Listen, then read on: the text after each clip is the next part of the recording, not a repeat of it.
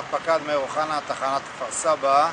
היום במהלך המשמרת התקבל סמוך לשעה 9 קריאה לעזרה לשתי פועלים שהם תקועים בגובה בסל הרמה של מנוף. הגענו למקום, כוחות המשטרה, סגרנו את האזור על מנת לאפשר לכוחות הצלה להגיע. במקום ראינו משאית שנוטה על צידה, כאשר בסל הרמה נמצאים שתי עובדים שעמדו לתלות שלט חוצות על הגג של הבניין, ואכן הגיעו למקום כוחות הצלה נוספים שהחלו בפעולות החילוץ. במקביל נערכנו לפינוי של גן ילדים שהיה בסמוך מחשש שתהיה פגיעה בילדים. הוצאנו אותם למקום בטוח.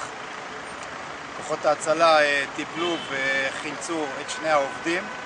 כאשר סיימנו את השלב הזה נערכנו להוצאת המנוף מהמקום, ואכן המנוף טופל, המשאית עזבה את המקום והאירוע הסתיים ללא נפגעים.